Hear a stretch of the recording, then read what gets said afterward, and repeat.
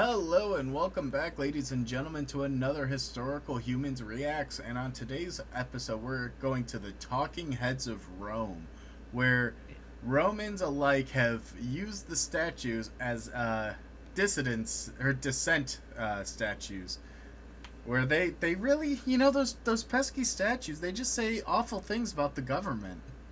Yeah, yeah, it's pretty fun. It's a collection of six statues scattered throughout the city that, for the last 500 years, have been called the talking statues because people would just post anti-government propaganda on them and run away, and then everyone would read it and claim, "We don't know who said that. The statue said that. Are you going to arrest this marble statue? Don't you look silly?"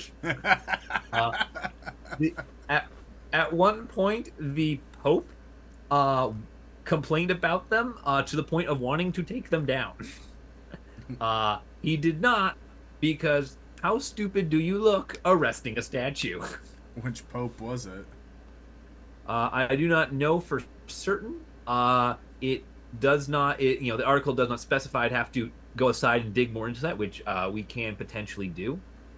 But it would these statues would typically target the wealthy aristocrats, the anyone in the ruling government, and the Pope. Which is pretty fun because in the 16th century, getting making fun of the Pope is punishable by excommunication and execution. Oh man. So this is a very fun statue. It's a tradition that continues down to this day. Um, One of the fun things about it is most of the stuff that is traditionally written on it is written in verse. So it's all poems and songs. Uh, Personally, I really do hope for Italian limericks just because those are already irreverent, and there's nothing quite as fun and hurtful as that sort of rhyme.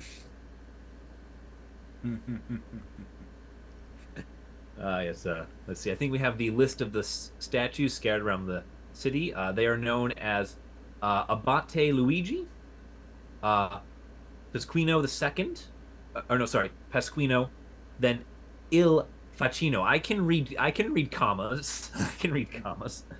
Uh, Madama Lucrezia, Marforio, and Il Balbino. And they are just scattered throughout the city. Um, One of the fun things is, I believe, Pasquino is a stolen statue, uh, as appears to have been made from stealing two different Greek statues from Greece, which you do have to love with some of that.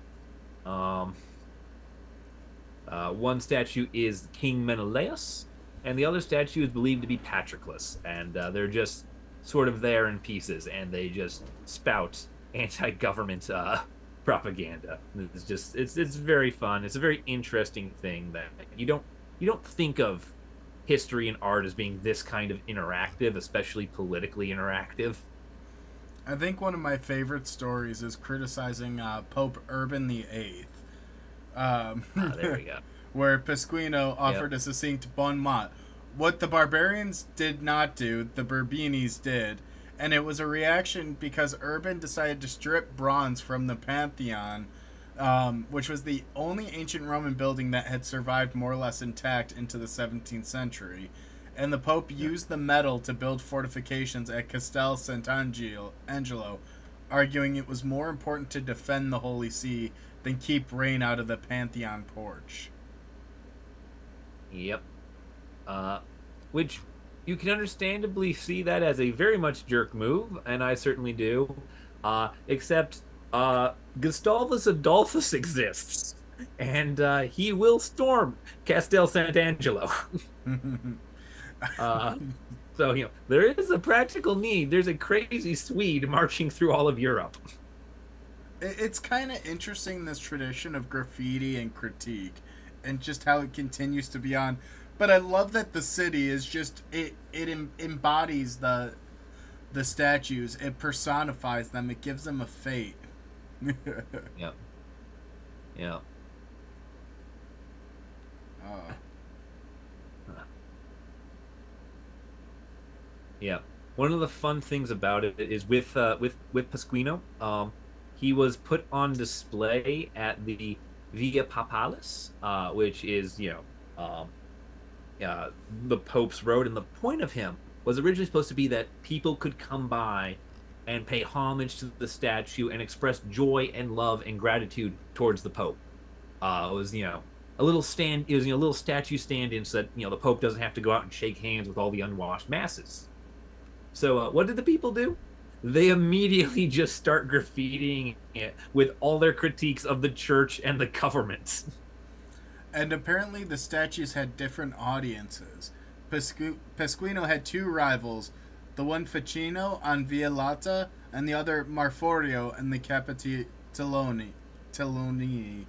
Pasquino is addressed to the aristocrats, Marforio is to the middle class, and Ficino is to the peasants.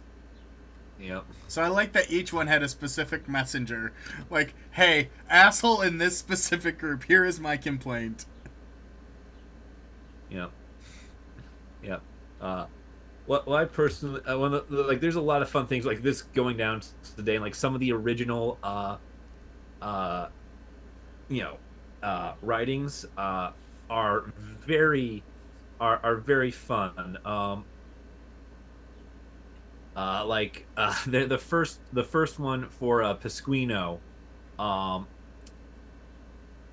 is a death threat to the Pope, the Borgia family, and the Cardinal da Costa. It's just a death threat. It amounts to, if you leave, we will kill you. Just like, you just gotta love that. That just like you can't say anything bad about these people, but you can post death threats on this wall. Also, one of the more famous talking heads doesn't have a head at all, the Abate Luigi. Yes, Luigi. Poor Luigi. We don't know how he is speaking to us, but he is speaking. And the cool thing is the protests continued into the modern day. I mean, Pasquino's base still has protest posters on the bottom of it.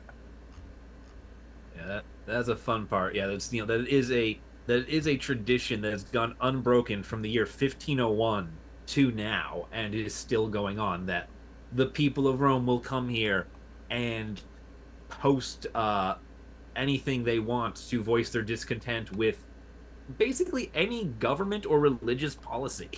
They will come and they will complain. Yeah.